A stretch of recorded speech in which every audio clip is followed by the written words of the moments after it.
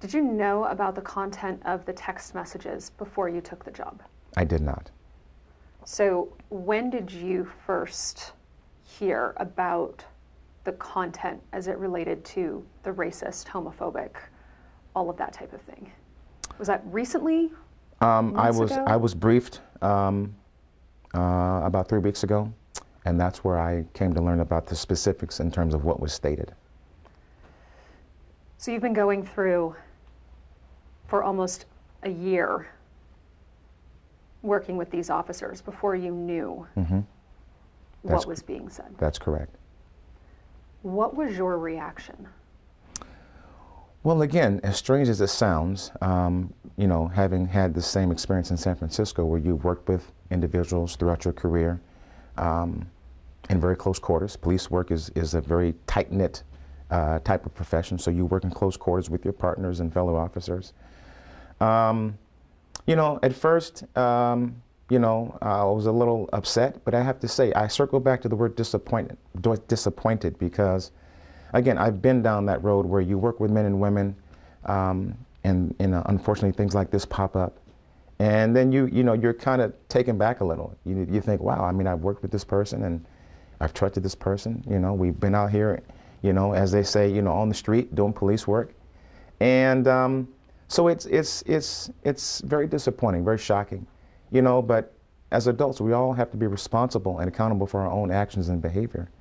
And so, do I take it personal? I do not. I do not take it personal. I'm here to do a job, and I'm here to lead this organization, and hopefully create an environment where these men and women who work here see the community as their partner in this thing we call public safety. And so, again, it's disappointing, it's unfortunate, but we have work to do here. And my focus is on this organization and keeping the city safe. So I want to go backwards just a little bit and give you that. Do you mind reading a couple of these for me? Get my glasses. Glasses? There you go. Thank you. So I've highlighted a few that I know have been pointed out a couple of times. They start on page 7. Okay. So this is the first report that came out.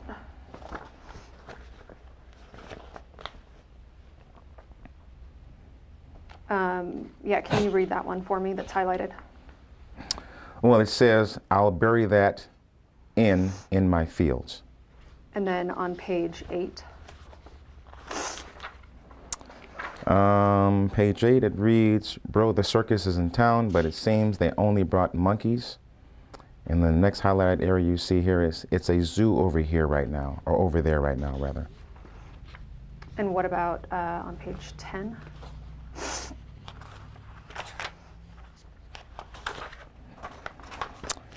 It says, I see all the riots in LA. Then it says, for the gorilla that died, reference to George Floyd. And 13?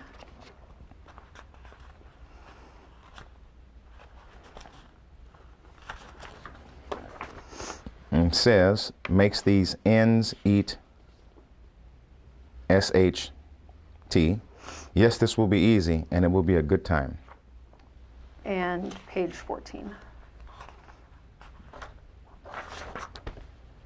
This says, I was bummed that Beast, and then it's blacked out, was so fat because he didn't bruise up very fast.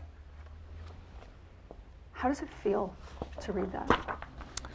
Well, again, that is very, very ugly, nasty speech, very nasty rhetoric. Clearly, I don't subscribe to that. I don't think anyone in their right mind subscribes to that kind of language. And certainly in this profession we call policing, there's no place for that. You know, policing in America has a very storied history in terms of how it's dealt with underserved communities. And certainly speech like that and behaviors and sentiments like that certainly are not going to help this profession move forward. And so it's very unfortunate, like I said before.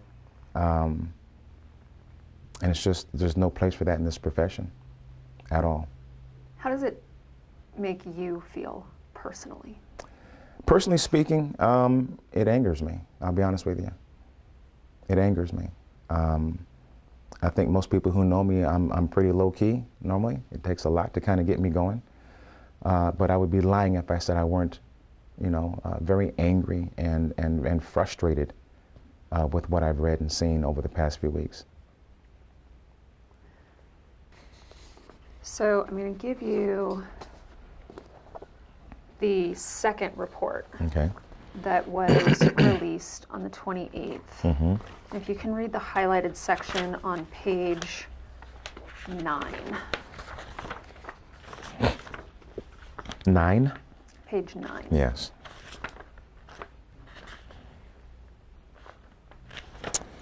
This states, we managed to set up a perimeter and he got his A whooped in the backyard and I field goal kicked his head. I thought that was a no-no. No, we can now do that. He said, no, we can do that, just no chokes. Is it possible to change the heart and mind of an officer who thinks that way? I think anything is possible with the right training, with the right exposure to the right mindset and heart set as it relates to policing. You know, when you see this kind of rhetoric and hate speech, you know, can you really undo that? That's a hard one. That's a hard one. I don't know. I'd like to think you can, to some degree, to some extent. But what we're seeing here is clearly individuals who are harboring some deeply rooted personal issues, I think. I'm not a psychologist, I'm not a psychiatrist, but when I see that and read that kind of stuff, we've all seen it now at this point, it's all released. You know, those are some deeply rooted systemic issues that they have to address within themselves.